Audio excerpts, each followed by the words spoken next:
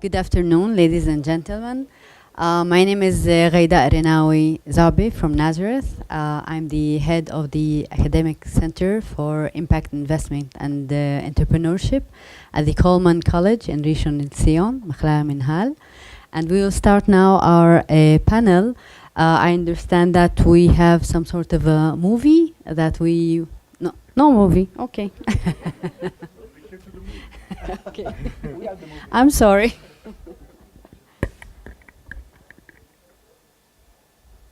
Okay. So our panel is title is how to make an impact with your company.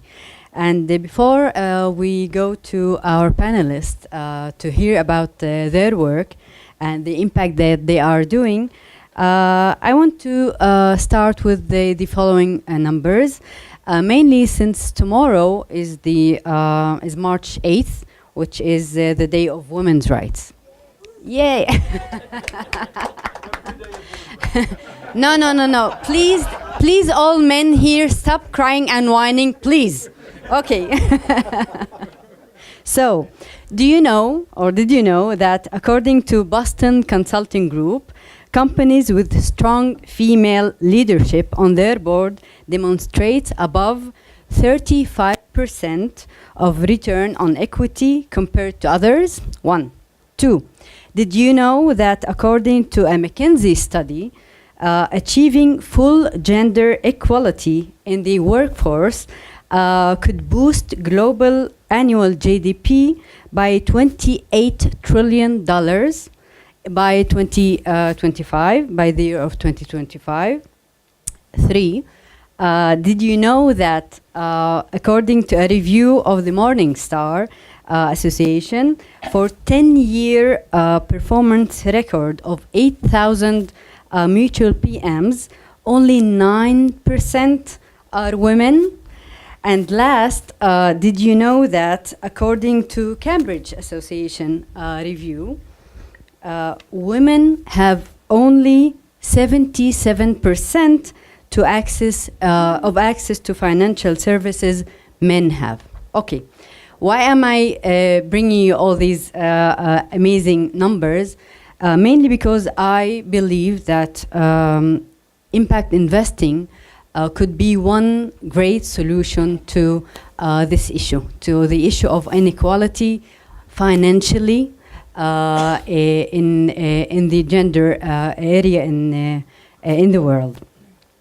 Giving the fact that in 2018, over $450 billion were managed in impact investing, and that the growth of investments for impact investing is estimated at over $1 trillion by the year of 2025. So I want to present to you Redskin, all these Israeli Jewish names is a little bit complicated for me, sorry.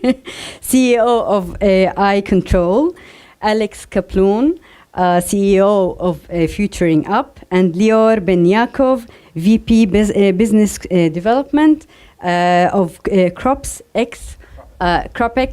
Technologies. So we want to start our panel with a very, very simple question.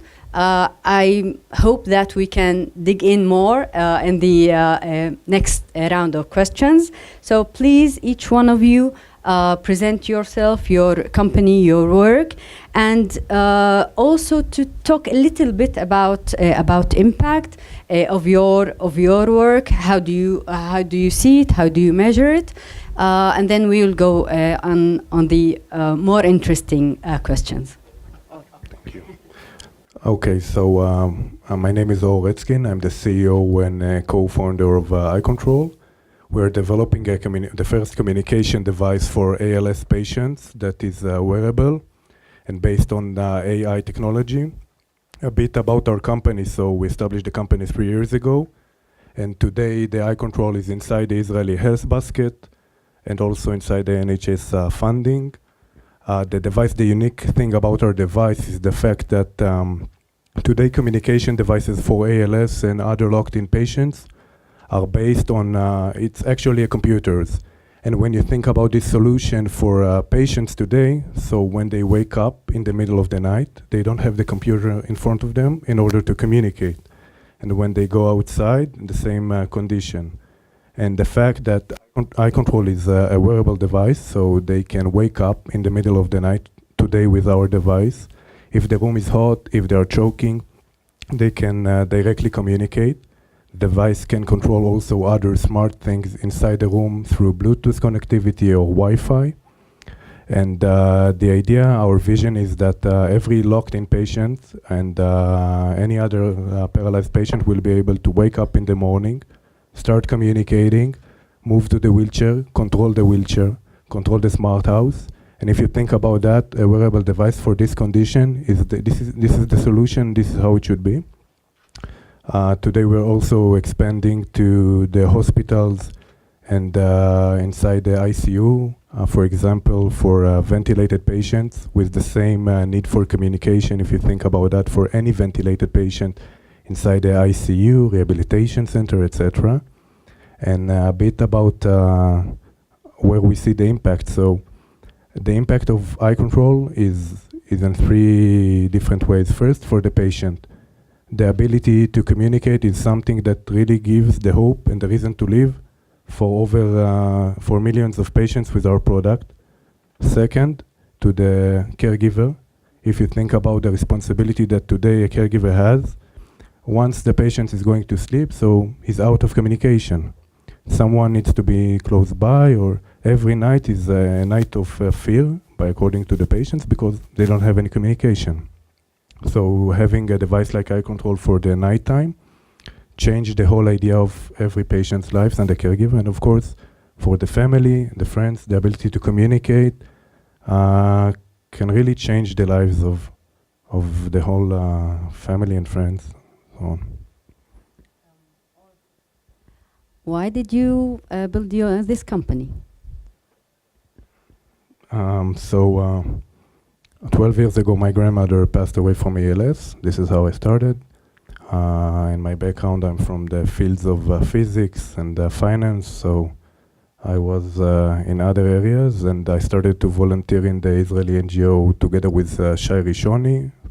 He passed away this year also from ALS. And I could see the need. I mean, back then I don't think I would imagine I will be sitting here, establishing a company around this topic. But of course, all my family, my mom especially, is very involved in what we do. And we can see, like, in 3 years, how already the device is changing people's life. I mean. Great. So what was the question? Well, when I prepare myself for this meeting, I have one announcement. Right now, after hearing your pitch, I have 2. First of all, my co-founder is Shoshi. She's a woman. So we are a great startup to invest. We have great opportunities. Well, my other announcement is that as a good Israeli, I have a beautiful Israeli accent, but I was born in Argentina, which means that my accent is also a Spanish one. So be prepared to hear the most difficult accent you ever heard and enjoy yourself. Well, a little about us. Future Gap is a startup that my partners and me established around 18 months ago. And we give an innovative answer to one of the biggest world challenges at the 21st century. The growing global gap problem of the gap and the incredible gap between the efficient retirement age, that in some cases, some professions, is about 45 years old, and the constant increase of healthy life expectancy. Our platform gives a solution to people is addressed to people 45 years old and older that are laid off or retire from workplaces and need to plan the new stage in life in both professional, financial and personal aspects. And about your second question about that you ask, or I really believe that good ideas doesn't start out of nowhere. I am sure all of you remember the story about Isaac Newton sitting in his garden and the apple falls on his head, right? You all remember. Well, I want to argue that every good idea, or in most of the cases, the good ideas and solutions start from a personal experience. The headache of Isaac Newton, the theory of gravity, and in our case, it was my personal experience. 3 years ago, I had a beautiful career, 25 years old career as a VP in insurance companies and pension funds. And one bright morning, as dramatic as that, the chairman of the company entered my office and said, due to reorganization, we have to let you go. Well, at that moment, and since that moment, I understood and recognized what does it mean to leave workplace when you are 50. And I am sure here, some of you, maybe all of you, or you have been there, or you know someone, a family member or friend that have been there. Or if you are younger than me, you are going to be there. But your situation is much better than mine that time, because Futuring Up is already as a service. We have our product, so you can be our customers. Thank you. So first of all, I'm humbled by the experiences that I hear here today on my right. Switching to the world of agriculture, I am Lior Ben Yaakov. I lead business development for CropX. We're an ag analytics company. Basically, I'd say the only do-it-yourself farm management platform that's able, with machine learning, to take data sources from various sources, whether it's imaging, weather, soil types, etc., and close the loop. That's kind of the beauty of it, with bringing data from the soil itself, so where agriculture is really happening, with actual sensors that we developed internally. I don't have it here. It actually is, it's pretty.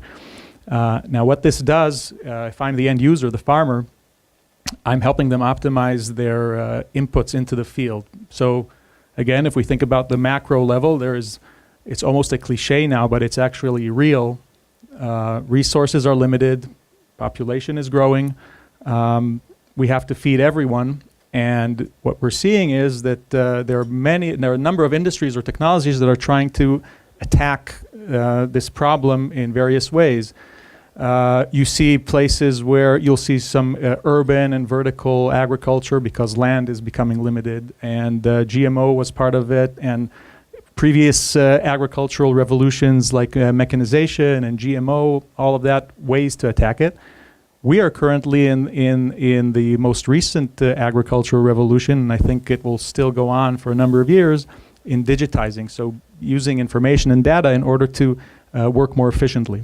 So what we do, specifically with irrigation at this point, but also with nutrient management, is help the farmers understand you're not irrigating enough, or you're irrigating too much, helping them save on resources such as water and now also on fertilizers, and also being able to monitor what's going on in their field, even at the regional level, even at the level of, let's not pollute the water systems because I've over-irrigated now and over-fertilized. So this is our way to, that global problem. One, we're helping optimize, so we're being more efficient in the inputs that we're throwing into the fields, and two, helping the yield increase because the field is getting more consistent inputs, and therefore the yield is growing. So we're kind of helping them grow more with less. Why did I join? If that was why the company? So I'm not the founder of the company. I fell in love with the solution. I've been in ag tech over 10 years. I did my MBA at the University of Chicago in the United States. I'm Israeli. And after I studied, I joined the corporate strategy and business development of a very large agribusiness named Cargill. The U.S. folks here might have heard of that small company, and gave me a very interesting exposure to the entire supply chain. Later, when I returned to Israel, I was in the ingredient space, so kind of remained on that supply chain, and thinking about agricultural technologies and the opportunity that you can see outside of the very, very large corporations, but actually with startups, started to interest me quite a bit. And then the CropX solution, I kind of fell in love with the solution. I fell in love with the investors. OurCrowd is one of them. With management, there's really a competitive advantage here that differentiates it from, in Israel, there are about 500 ag tech startups. Very, very, very few of them are actually selling, and very few that are a combination of software and hardware. And those are some of the things that I really liked when I joined. So kind of the background was a good fit, and then I thought it was a good risk to take. And in addition to it being a very interesting market, I think it also makes a lot of sense on a global level. So it really is helping with a problem that goes beyond just the virtual economics. So. Does that okay? Great. So going to my next question. In 5 years from now, what do you think the opportunities and the obstacles you will face in your work, whether it's from the investment side, whether it's from partners, whether it's from regulations, whether it's from the product itself, research, capacities, professional capacities, etc., etc. So first, I think, my own perspective is that the assistive technology field is a great way to develop a company today. Although usually it sounds like more like a niche market, it's a huge opportunity to develop a product and behind it a technology that will be implemented in the future to other fields. And this is something that I believe you'll see more and more companies in this area. You already can see companies like Orcam, Rewalk, and other companies going in this direction. You'll see more and more companies in this area, I believe. In our case, we have a huge vision, I think, for the company today. We are building a product that our vision in 5 years that the eye control will be implemented in, of course, in every house that patients needs for communication, for people, like I spoke, ALS, stroke, spinal injuries, but more important, inside hospitals. Every ICU department will have eye control in order to communicate. Today, there is a gap of communication, and connecting the bed to the nurse station is one of the things that we do today in order to enable ventilated patients that today cannot communicate with the medical staff, the family that are visiting. So we have a big vision for the next 5 years. We have a lot of things to achieve. And the challenges, so it's easier to say what are not the challenges. We have a lot of challenges. But I would say scaling, building the company with the same agenda that started from founders that had and knew about the personal story and the real needs into a corporate that we see today companies in our area reaching revenues like big companies, 1,000 employees, revenues of almost $100 million per year in the field of assistive tech. And sometimes you can see as the company is growing, they're losing the culture, like the value that started really the company. This is one of our challenges already now. As the team expanding, we're trying to have the same value we had at the beginning, which is not easy because you're always trying on the one hand to give the solution and not make it too expensive, not to make it too, and really give good support. And those things are also cost for the company. This is one of the challenges, and also I think something that will be relevant to everyone here in the panel, scaling the company. which is also something that, especially in our area, we're doing it quite slowly in order to give the right support, and this is another challenge we have. Well, the opportunities and the risk, the opportunities makes the risk. We develop a first of its kind integrated digital platform that provides people that laid out of workplaces or retired a platform to plan the new stage in life in terms of professional, financial, and personal aspects. Well, we are right now developing a solution for the needs of tens of millions of people around the world. That's the huge opportunity, and scaling up in this opportunity is our big challenge, but there exactly is the risk. For sure, more companies are going to start dealing with this field, and maybe you know, at HR Analytics, many companies start making new development about artificial intelligence in the onboarding issues, recruiting people, recruiting new employees. It's a very big business. We are dealing with the other side, the offboarding of the people from the companies. Now, insights based on artificial intelligence about what happened with the employer, the older employer that is leaving the company, that can change the way we recruit people, new employees, is a new field, is a very interesting one. We believe that we have many new insights that will give a great value for organizations. So our opportunity is a huge one, and I am sure we are not the only one in the world that knows that. Okay, our challenge is going in the next 5 years, I guess, the macro level and for CropX itself. I'll start with scaling. Everyone said that. Agriculture, both the end users themselves and also the large organizations such as Cargill, we're kind of notorious for, let's call it, longer adoption cycles. So that's I guess that's one of the issues. I think the digital or the data revolution in agriculture is, while it's growing strong, it's still relatively in its infancy. And seeing where that's going to go, building the ecosystems around it, such as the ecosystems previously built around internet companies, medical devices, finance, I think there's still ways to go. And that is a big challenge for us, being especially as an artificial intelligence or a machine learning platform. Deployment is extremely important for us. Every marginal additional unit that someone deploys in the state of Victoria in Australia is going to make all of the rest of the deployments smarter in the data that they're giving.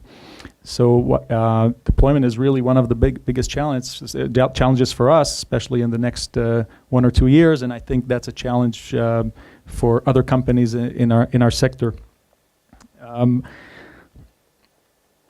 I think one more point. There are relatively many unknowns in terms of what the opportunities are. Even as we grow and start working with new partners, we see that there are new things that we hadn't thought of that we can do. Being able to monetize and create more impact with the data and the insights that are collected is going to be yet another challenge as we go forward. Well, it's a challenge and an opportunity. Some of which we don't know. So I think it's an exciting next 5 months and 5 years. And 5 days. And yeah. Okay. So this is a question that you're not prepared for it, but. Well, you know about the other one. We were told about a surprise question, but we weren't able to extract any information. Okay. In your wildest dreams, okay, Who do you want as your partner in work? It can be global and it can be local.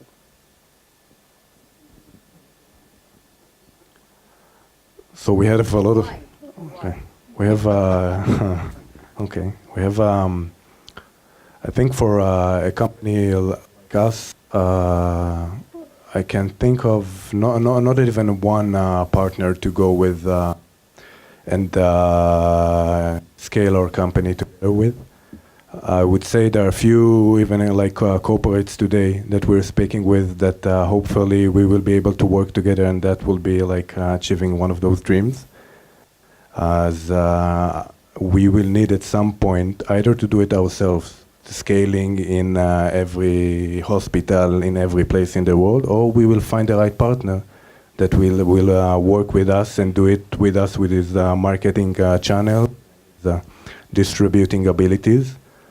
And one of the things that I'm happily that we all achieved until today as our partners, as investors, is to have investors that some of them are here in the crowd, are more than just more than just funding the company, believe in the same way, values, see the big picture, and this is the way to, like, if you ask about the dreams, where we want to be and where we want to go. So collecting those kind of partners all the way, building the management in the right way, and the support of the investors will be the way we believe iControl will reach the goal in the right way. Or you're being too rational. I wanted the wildest dream. So we'll get back to you after that. Well, we are living the wildest dream Shoshi and me could have 2 years ago. At the beginning, we tried we ask ourselves the same question: who can be our best partners in the world? And right now, they are our partners. One of them is Professor Dan Ariely. He's maybe the most known Israel in the world, behavioral economic professor. And his input in our model about measuring human consulting and artificial intelligence, all together, the input of Professor Dan Ariely is a huge one. So that was our biggest dream, and we are living it. He's our partner. A second one is Elon Tirosh, a serial entrepreneur in Israel and the States. He established startups. He make big business, also scaling up, and an exit. So he knows how to make the vision, make it to a company, and also making the good business. That one is Professor Jonathan Smilansky, a well-known professor in employment and developing career. And if we are speaking about the investors, and the Harrison Investment Group invest a few months ago in our company. So we don't have any more dreams. We are living our dreams, but since tomorrow, we are going to have new ones. I apologize, it's going to be relatively rational. What can I do? I wasn't rational. You're good. Our dream partner, and this is our business model and our strategy right now, is to work with what we call strategics. So these could be, I'll kind of describe. If you think about the ag food supply chain or the value chain, if the farmers, let's call it in the middle, before it, you'll have seed companies, equipment companies like irrigation companies. After the farmer, you'll see, and I'm simplifying, large food manufacturers all the way down to the retail and to your plate. So the whole thing. We want to work with strong channel partners on the supply chain.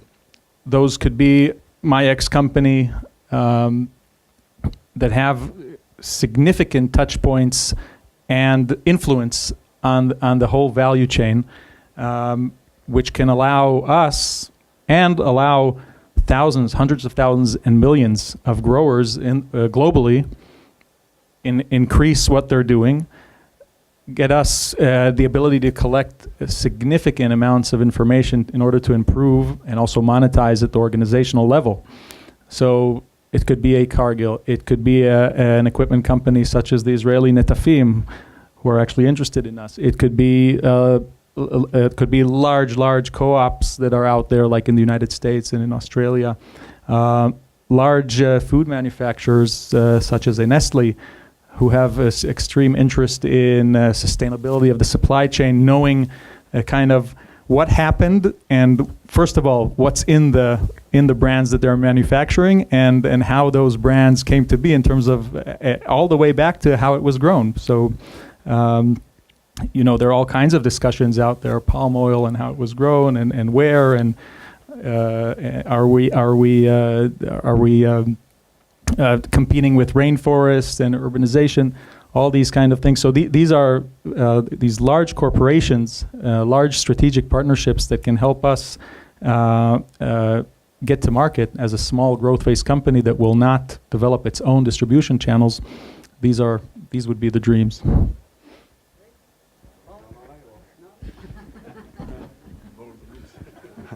I'm very rational.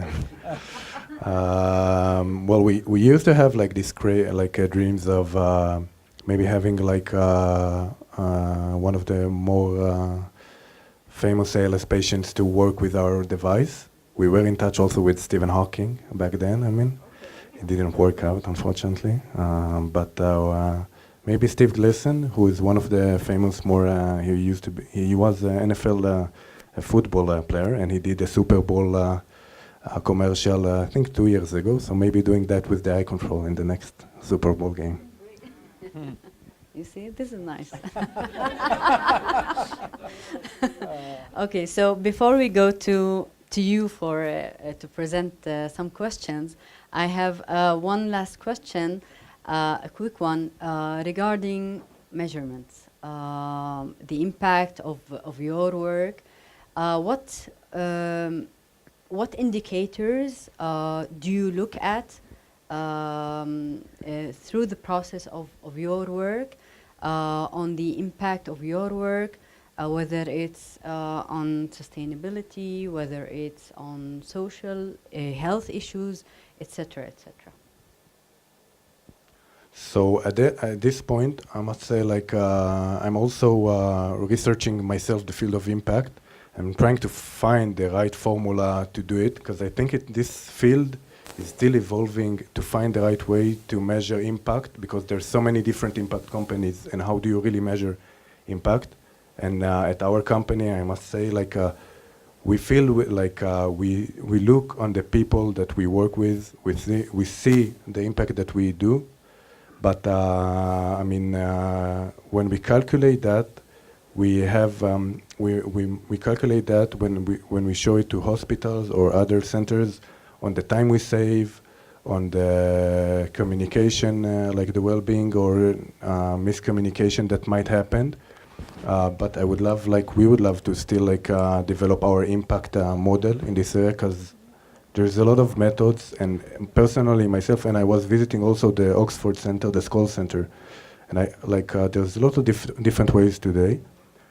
And we found eye control, we see the impact that we do, but we still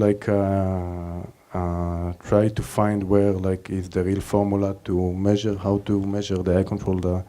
And if you have any ideas, so yeah. Maybe the crowd has it. Sure. No, we have. Yeah. Of course, we talk about it in our meeting. Well, social impact and investors in social impact, they are not looking for words and charity. It's a business. And if you are making a business in social impact field, you must to measure it. And I have here some notes from a very special research that wanted to ask HR managers in the 500 biggest companies in the United States about the characteristics of all their employees. And I have my notes here. They receive a list of many features and ask which features characterize the best way all their employees. And what do you think was the answer? Which characteristics the employer think about the older employees? So they say about low technological skills and low willingness to learn and low creativity and low flexibility and low productivity. Until here in this research is no news, right? Everyone here in the hall, maybe you think the same, and that the impact, the social impact, that's what we want to change. But the next stage in the research was the interesting one. Same questions were asked older employees in exactly those companies, the 500 biggest companies in the United States. And what do you think was the result? Was the opposite of what the employer said, or was it similar? Who thinks the opposite? And now who thinks similar? And you're right. That's the social problem in the field of employment. The employees themselves thought or think about themselves as unflexible, unable to learn new technology, and so on. So we measure the mindset of the employers and the employees in the workplaces. We measure the change in behavior, not only what they think, what is happening in the workplaces, what are the attitudes in the field about older employees, and you can think about what is the percent of older employees in workplaces that the managers send them to new courses about new technology. I can tell you the percent is very little. So you can measure what happens before Futuring Up start working with that workplace, what happens a year after. We can measure it, and then we can see, and we are seeing a change. It will take time to make a huge change in the whole society, in Israel and in the world, but we are in our way to do it. Okay, on measurement. So the whole premise of what we do is being able to measure accurately, deliver the information, and then create insights from it. So that's the whole idea. CropX is, I guess we're a bit more mature. We're already commercially deployed, so we're creating the impact already in the United States, Australia. We're deployed in other places. We're actually working already with some of the companies that I would have listed or would list in my dream companies that I mentioned earlier. We're very fortunate with that. I don't know if we the strategy and the philosophy is not to. It's definitely an impact because it's a sustainability play, but there's a real and quite robust business case behind it. Otherwise, I don't think the impact investment would work. I think I agree with you guys. The end user and or the large channel partners that we're talking about must see that there's an ROI to their investment. Otherwise, they couldn't care less. Oh, great! I'm saving water. Am I making? Did I increase my yield way beyond the costs of this relatively cheap system? Yes, I did. And did I save some on my inputs? By the way, they're saving on inputs not only on water, even at the level of saving energy because they're using their irrigation systems less time. Some savings in labor. So has to be a business case behind it.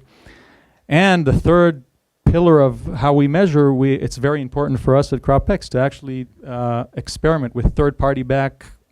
We do large-scale third-party backed experiments to measure. One experiment which we recently completed was actually going to a United States farmer, relatively advanced operation, carved up his field, and then we kind of randomly, it's an irrigated field, we kind of randomly tested some parts of the field he would irrigate the way he used to. So models a little bit like this, a little bit about what the neighbor's doing, things like that. And some parts would be irrigated based on what CropX would suggest. This is not the only experiment, but even there, we saved 40% of irrigation water, 40%, and also were able to increase their yield by 9 or 10% because we sped up the cycles. So we met with the whole idea is to measure. We know at real time exactly what's going on in the soil exactly. And we do with that a lot in terms of prescription and telling them, this is what you have to do in the next week or two based on the fact that it's going to rain 3 days from tomorrow and so on and so forth.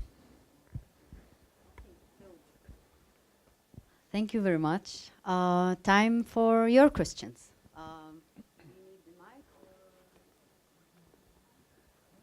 Okay. There's one here.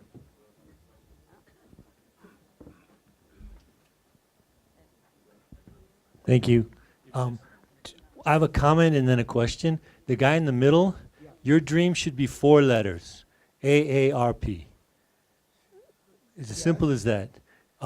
The question that I have is, I want a definition of impact, because I went to another similar conference and people argued with me that Apple is an impact investment, so is Facebook, so is Microsoft, so is basically, one person wouldn't stop arguing with me that every single company can argue that they're impact. My humble opinion, the only impact on the panel is the ALS guy. So can someone, I know there's an investor here or she left, maybe she could also get involved, but I only see the eye control as impact. I don't see the other two as impact. Well, I think your statement is, you're right.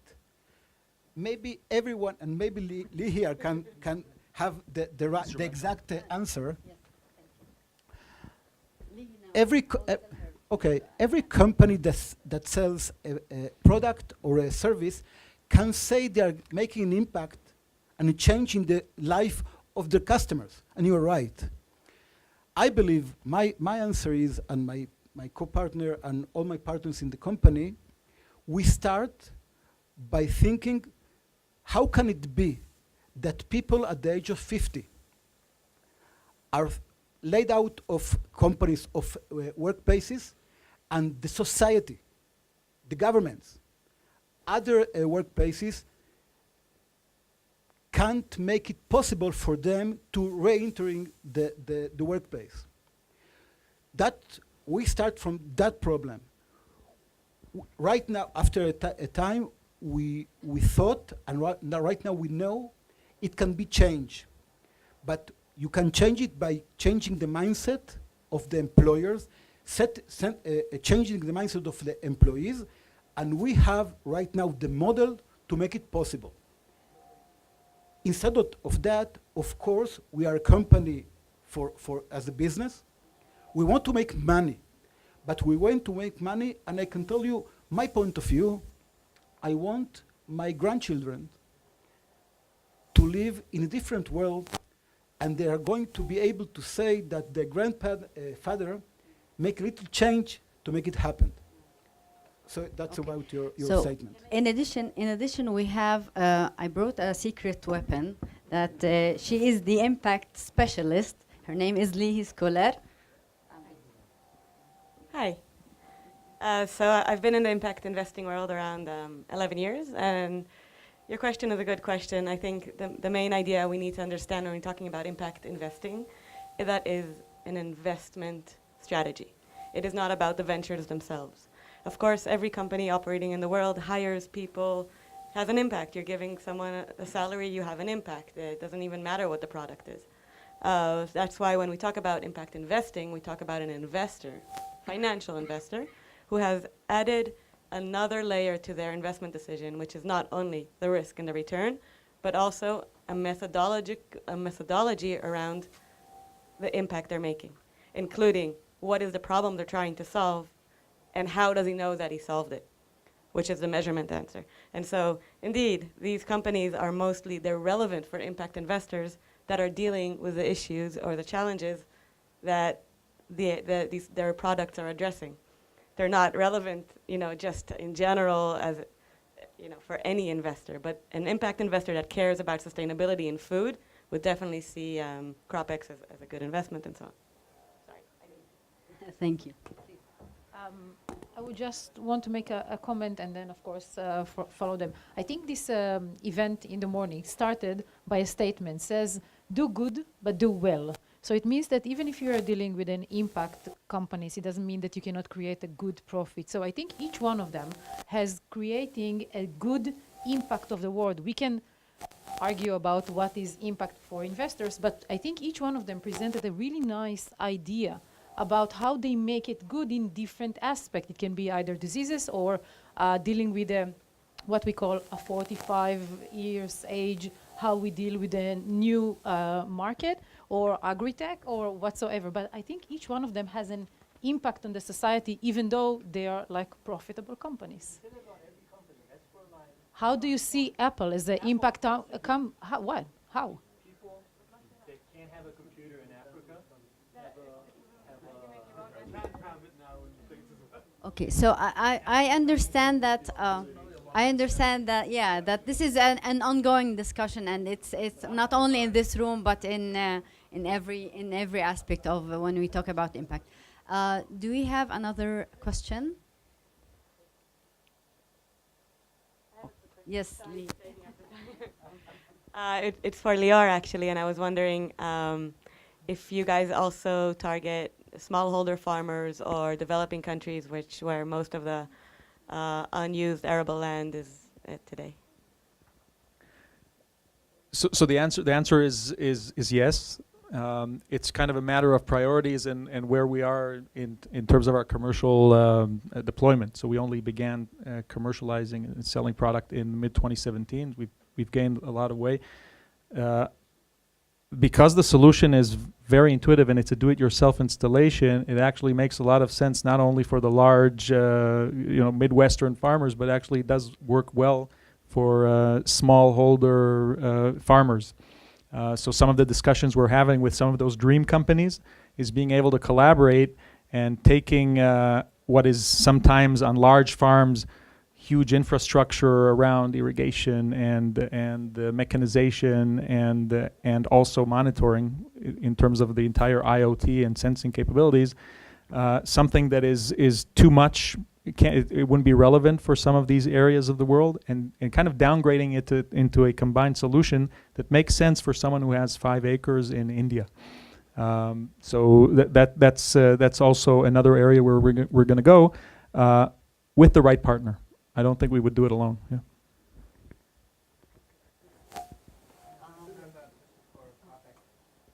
You mentioned palm oil. Palm oil is a very controversial method of farming and lately has come under much criticism. Are you suggesting that you have, say, a solution? Can you hear me all? Yes.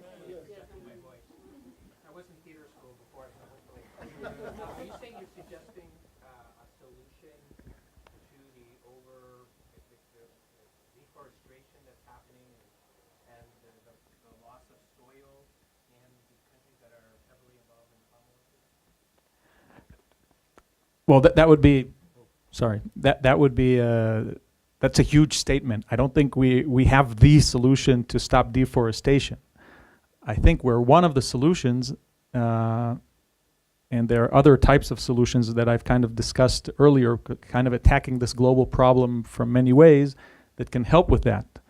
Because any solution that can help with the current resources that we have, if we can do more with them, it will have obviously an indirect impact on reducing the deforestation. Perhaps making the existing the palm oil I gave as an example because it is controversial. So if I maintain that example and we can work with all types of crops, it's crop agnostic. If I can make those plantations just a little bit more efficient, then hey, I already reduced a little bit of the stress on kind of the next phase of deforestation. So it would be, we're not the only solution that's going to stop all the global issues around the growing population and the limited resources, but definitely a very strong and interesting solution that, as we continue to deploy, will create more and more measurable impact. Alex, you mentioned before that you want to make a change in the mind of the employer and the employee. Can you elaborate how you actually do it? You mentioned what you want to do, but how this happened? We have another final question, and then it's very similar. I really had a really similar maybe follow-up, because I really want to tell you I appreciate your great mind, and you really have a very philosophical, but you put it to reality. But how do you persuade your future clients that you are really needed? Because it sounds like a wonderful conversation on coffee or dinner, but you really put it to work, and how do you get remunerated? Do you take partnership in land, for example? Are you asking me or him? Everybody. Really. Everybody. Okay. So